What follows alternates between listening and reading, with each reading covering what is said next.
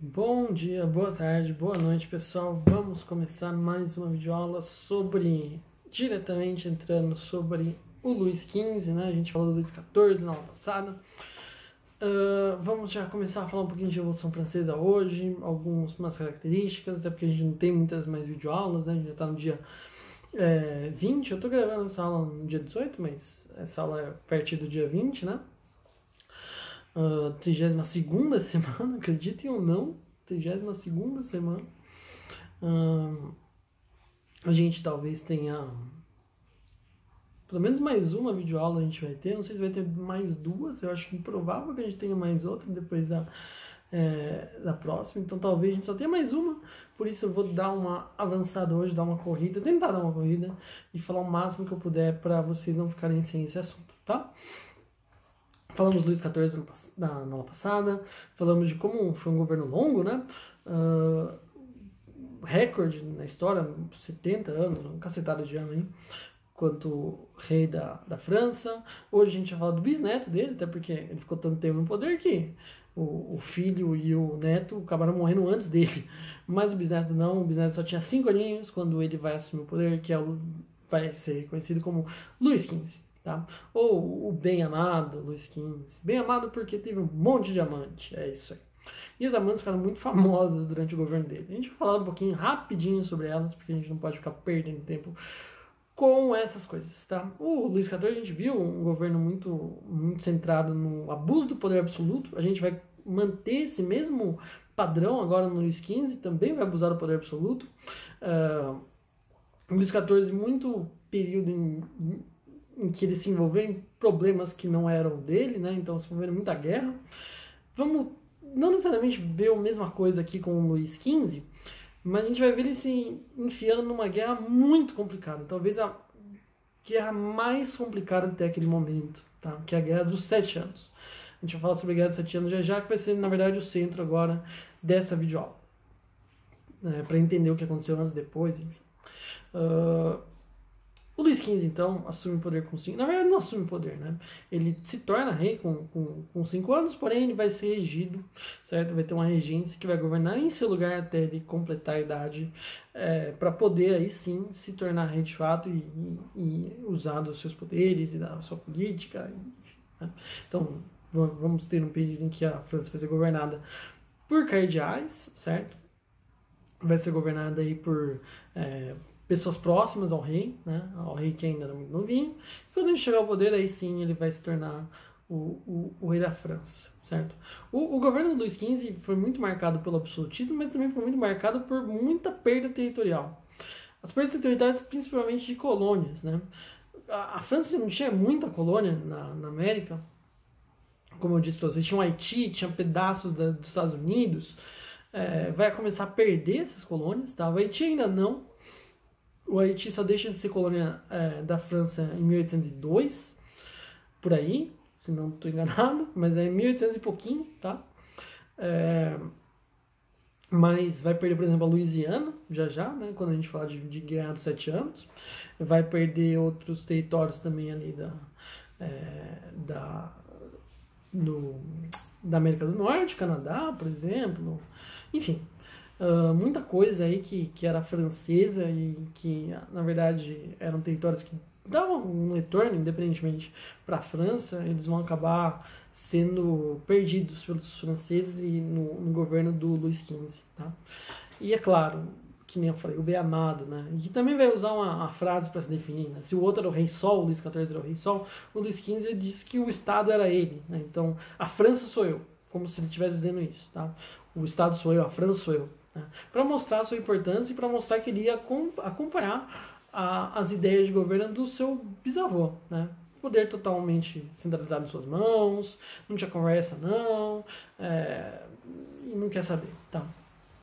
Antes de eu falar sobre a Guerra dos 7 Anos, antes de eu falar sobre as polêmicas do Luís XV na corte, com as suas amantes, aquela coisa toda, é importante entender que o século em que viveu o Luís XV, e o 16 também, mas a gente está falando do 15 agora, que ele viveu durante todo o século 18. Né?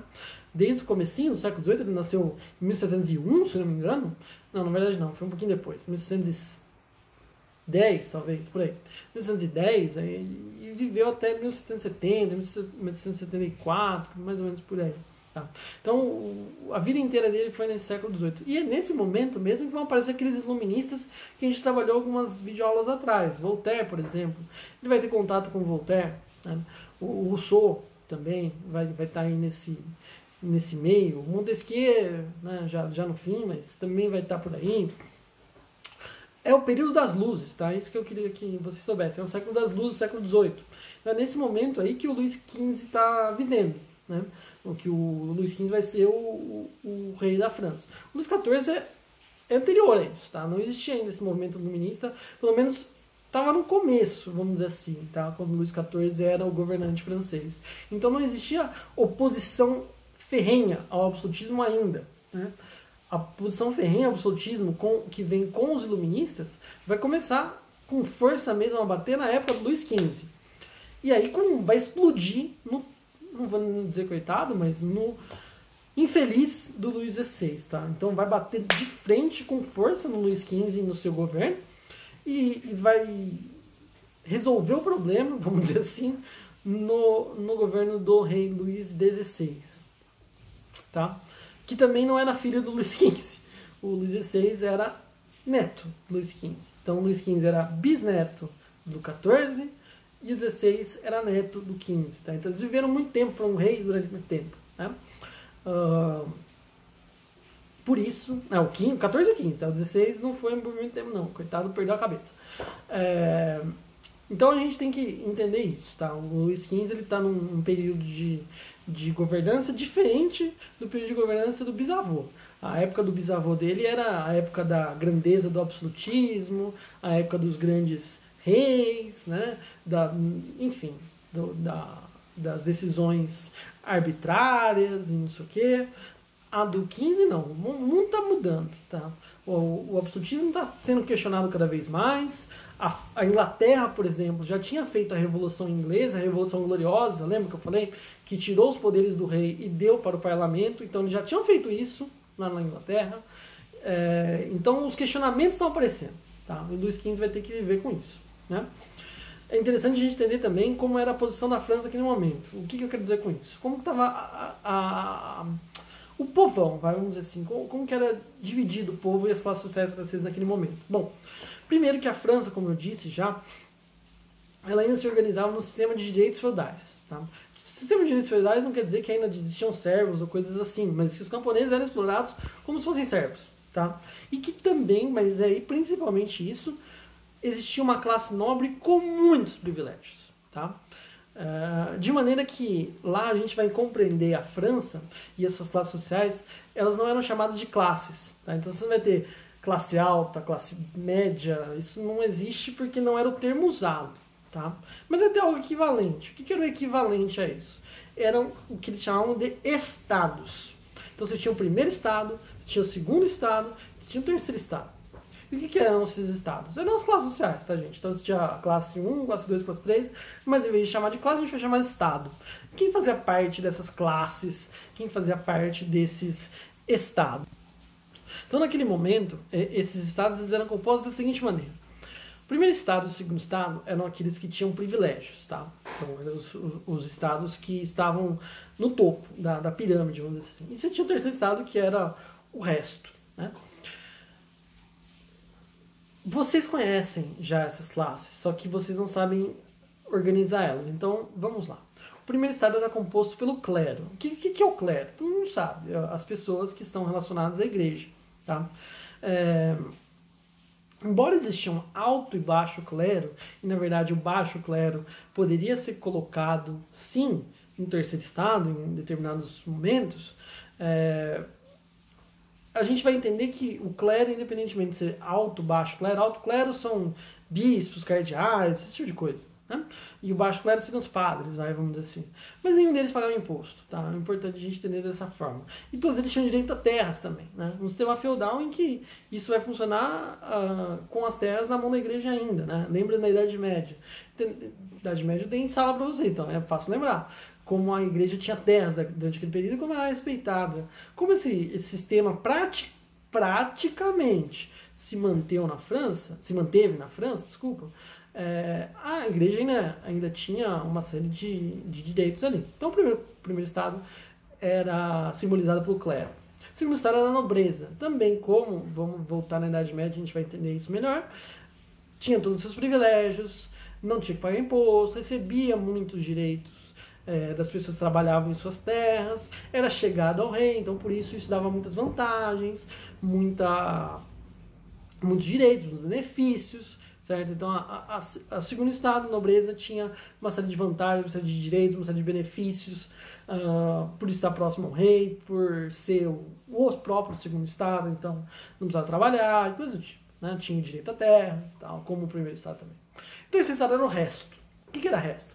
Burguesia, camponês e um outro tipo de pessoa, que eles conheciam como sans-culottes.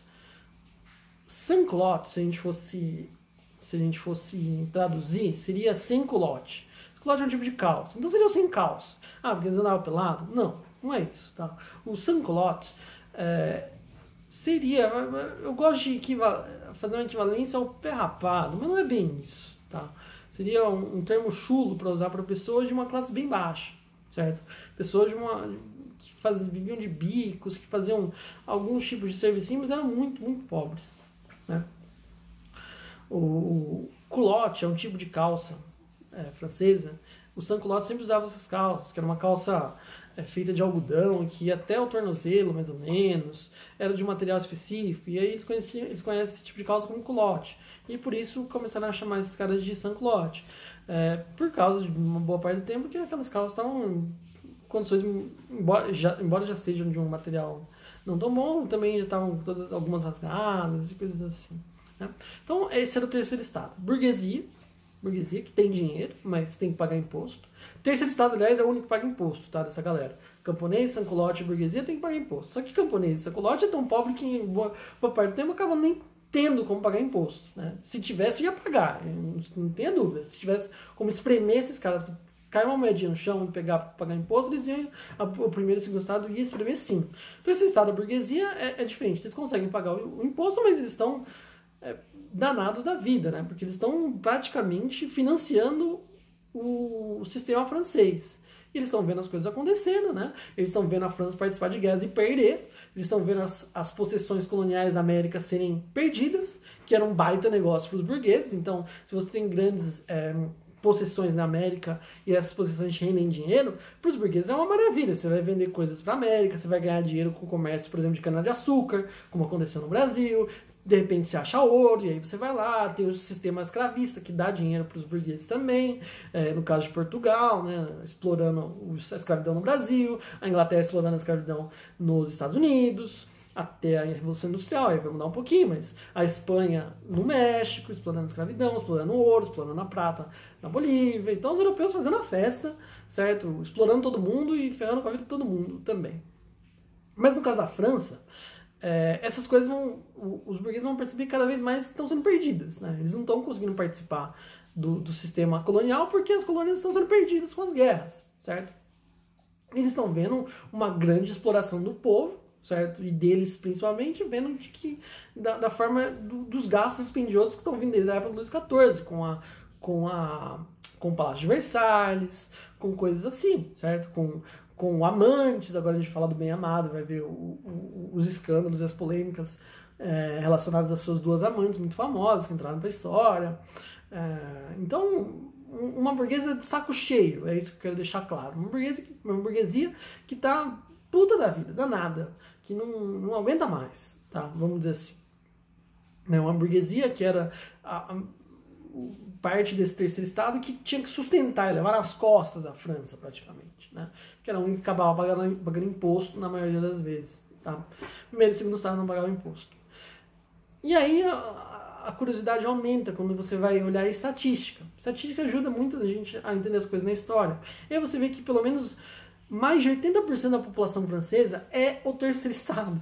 Então você tem um terceiro estado que é mais de 80% da população, mas é que menos tem direito, certo? É a que tem que sustentar os outros 20%, que não trabalha, que abusa de seus direitos, que não tem que pagar imposto, certo? Então 80% pagam para que 20% possam viver na boa, tá? Então é isso. Uma população gigantesca que tem que pagar imposto para uma pequena parcela da população sobreviver tranquilo, tá? E não era só 80%, não, era mais do que isso, tá, gente? Beirando quase os 90%, que era o terceiro estado. O segundo estado e o primeiro estado era pouquinha coisa, representava uma parcela mínima da população francesa.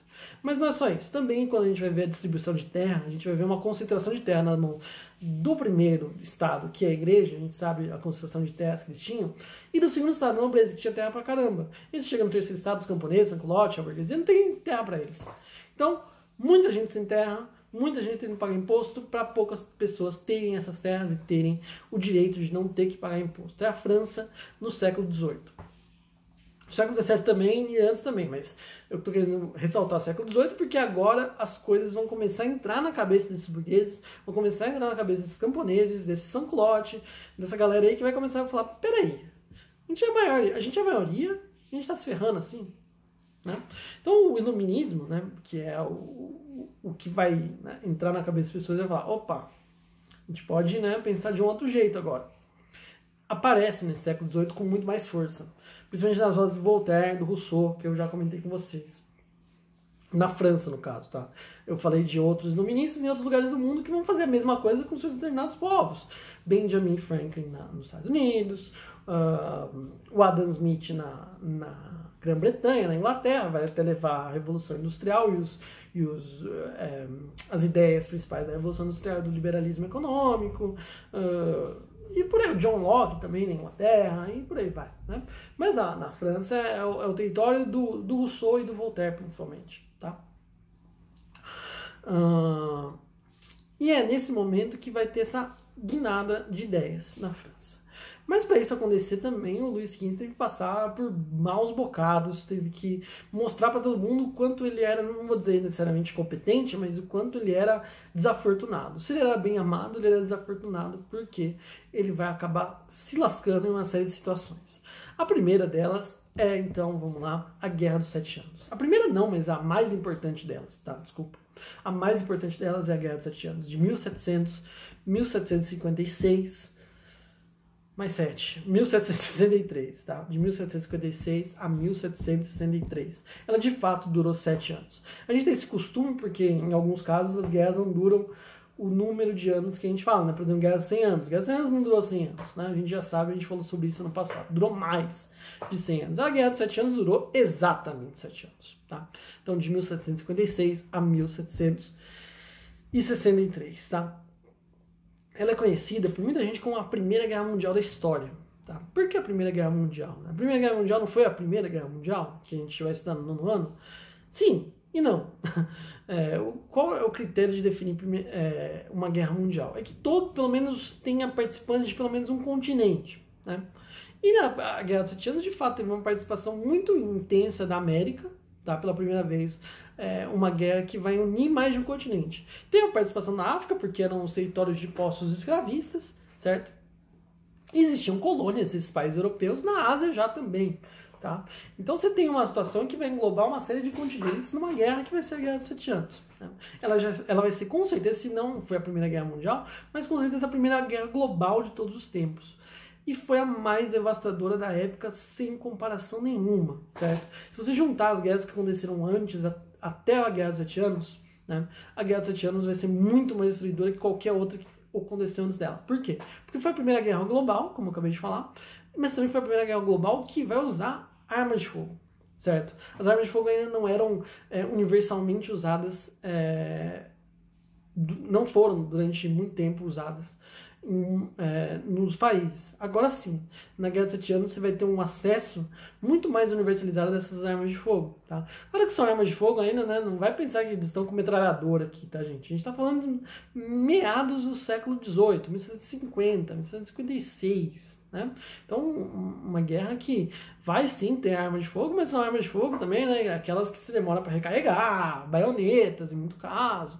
Então você tem as armas de fogo, mas, né, cuidado quando você pensa, arma de fogo, não, calma, tá? independentemente disso, são armas de fogo, né? Que matam com muito mais rapidez do que uma espada, por exemplo. E, claro, você vai ter exércitos muito maiores. Você vai ter uma participação maior, então, portanto, um número muito maior de exército participando dessa guerra. Tá? E quais são os motivos dessa guerra? São dois principais, tá?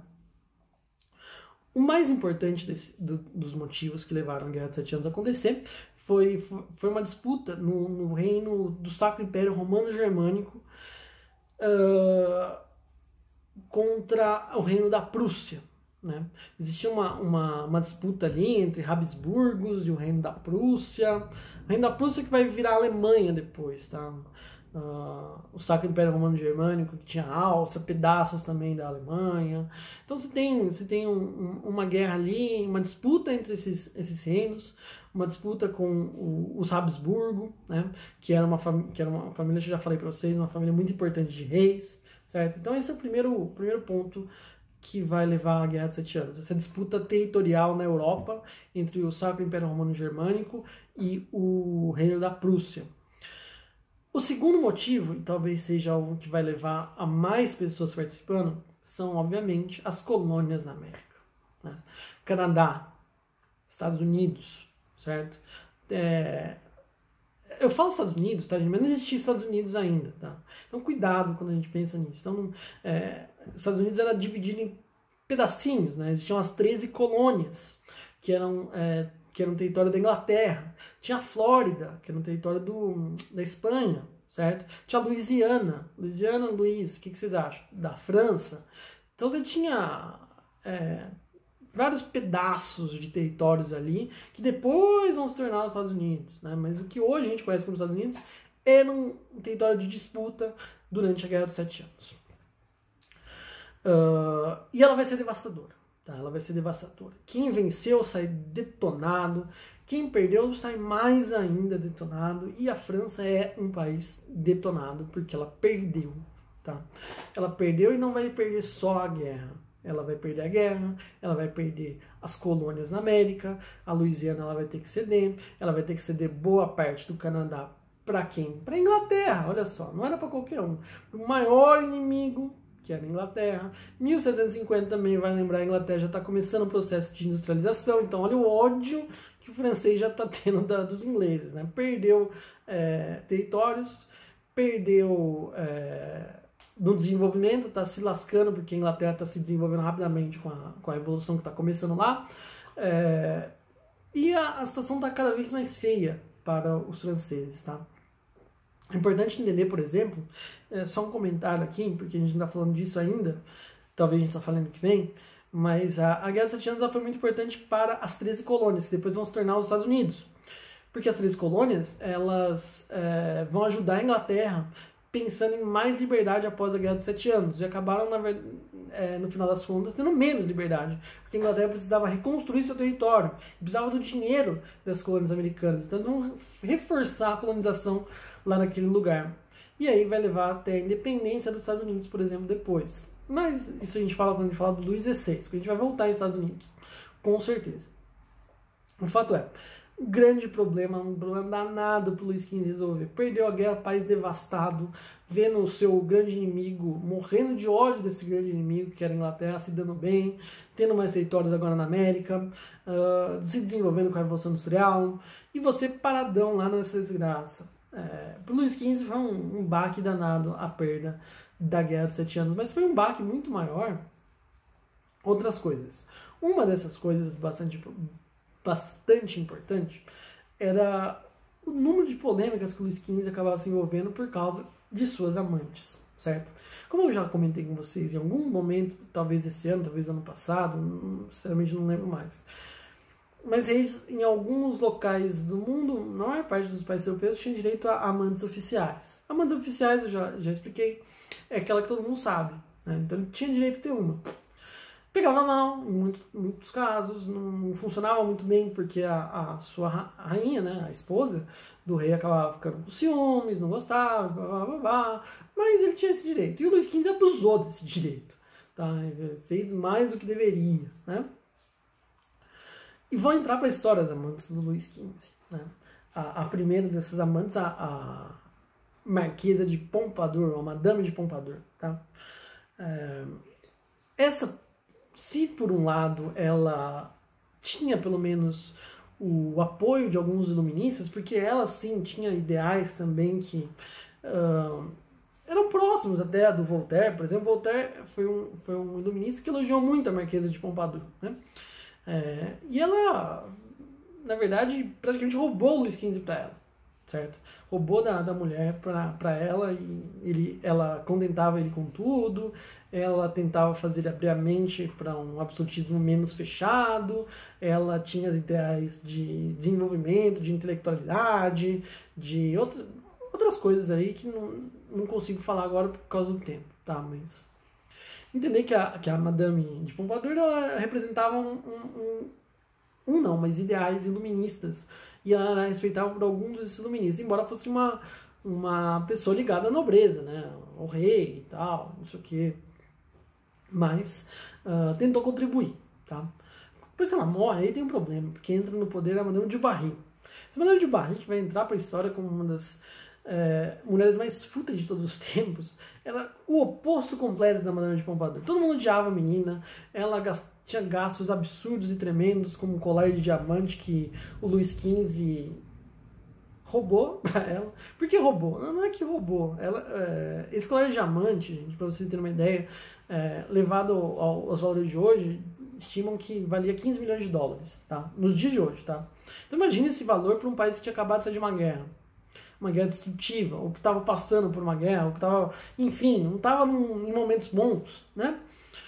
E o Luís XV acabou comprando essa joia comprando não, vou voltar a falar.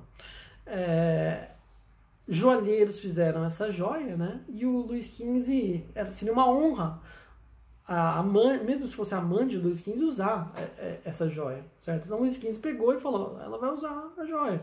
E para eles era uma honra, esperando que o Luís XV, quando ela morresse, ou quando o Luís, né, quando sei lá o que, devolvesse a joia ou eventualmente comprasse, tá? Essa é a ideia, né? Mas era uma honra a rainha estar usando as joias do cara ali e tal, do joalheiro que fez isso daí, não sei o que, né? Mesmo que não tivesse pagado ainda, tá? Então por isso que eu falo, roubou, mais ou menos, tá? Não pagou, isso eu quero deixar claro, mas que não chegou a pagar, mas você vê, você é parte do povo naquele momento, e eu sempre digo isso, a imprensa naquela época era muito mais cruel do que ela é hoje, tá? E ela lascava a mão mesmo. Na França, então, a gente vai falar um pouquinho mais, talvez, na próxima videoaula, mas eles mandavam ver, gente, não criticavam, não tinha medo de nada, e, né, aquele negócio. Então você vê a Madame de Barry usando esse colar, e, pô, pelo amor de Deus, né? A França não estava passando por bons bocados, não estava no momento ideal para que isso acontecesse, e mesmo assim aconteceu, certo? E para piorar a situação, cada vez mais o avanço da idade do Luís XV, ele pensou em casar o seu herdeiro, né? Isso é comum, tá, gente? Eu já falei isso em algumas outras aulas para vocês, que o ideal é quando você está próximo da sua morte, você preparar o seu herdeiro, né? Você preparar seu herdeiro como? Com um casamento, tá? E é o que o Luís XV vai tentar fazer com o seu herdeiro, que era seu neto, o Luís XVI, né? O seu filho já tinha morrido. Muito bem, Luís XVI então é o herdeiro, vai se tornar rei. O Luís XV estava vivo ainda, mas precisava um casamento, né? E o Luís XV viu na oportunidade de casar o seu herdeiro uma forma de reconquistar a França, certo? Então fazer uma grande festa, aí desviar as atenções da destruição da Guerra dos 7 Anos, desviar as atenções do péssimo momento que a França vive, desviar as atenções de todos os problemas que estavam acontecendo, tá? Portanto, ele vai procurar uma grande esposa, também uma esposa que conseguisse fazer ou tecer acordos favoráveis com relações a futuras guerras, por exemplo, uma família importante na Europa. Então ele vai procurar uma rainha que ficasse nesse molde, certo? Ele vai achar na família Habsburgo, né? Essa que eu comentei já várias vezes para vocês ao longo do tempo. Era uma família muito tradicional, talvez a família mais tradicional da Europa, certo? Uma família muito importante, né? Uma família que praticamente vivia de casamentos entre reis para herdar esses territórios. E lá tinha uma menina chamada Maria Antonieta, tá? Que vai entrar para a história talvez como uma das rainhas mais famosas e mais importantes de todos os tempos, por uma série de situações. essa menina, quando ele conheceu, se não me engano, tinha 13 anos, né? Então, e ele se encantou pela menina, né? O Luís XV, se encantou no sentido de, nossa, essa é a esposa perfeita para o meu herdeiro, né? Porque ela tinha uma série de talentos, talentos artísticos, ela falava 3 línguas já, italiano, austríaco, e arriscava o francês, né? Ela vai aprender o francês também depois. Ela sabia tocar instrumentos, ela tocava harpa muito bem, acabava tocando piano. Então, enfim, ela se interessava por música, por dança, por uma série de artes, tá? Foi muito bem educada, ela tinha um talento fenomenal para costura. A menina, de fato, tinha uma série de qualidades, né? Uma série de qualidades aí da forma que ela foi educada, tá? E, portanto, o Luís XV falou, não, vai ter que ser essa menina para casar com o meu herdeiro. O herdeiro, o Luís XVI, estava mais ou menos na mesma idade. Eu não lembro a diferença de idade entre eles, mas era uma idade de 2 anos, um negócio muito, muito próximo, tá? Então, a idade estava próxima, né? O casamento vai ser acordado naquele momento, certo? Entre o Luís e a família Habsburgo, mas só vai ser consumado alguns anos depois. E é nesse momento que a gente vai parar. Na próxima videoaula a gente vai falar sobre o começo da Revolução Francesa, o casamento do Luís XVI e da Maria Antonieta. Todos os problemas vão continuar acontecendo e vão levar ao estouro de tudo que está acontecendo, né? De todos os problemas que estão já, né, se juntando aqui, se juntando, perde guerra, perde território, estão gastando nosso dinheiro com joia, estão gastando nosso dinheiro com casamento, e a gente vai ver a explosão de tudo isso no começo da Revolução Francesa, e o que a gente puder falar, se for a última videoaula, a gente faz o máximo, tá? Paramos por aqui. Obrigado, gente.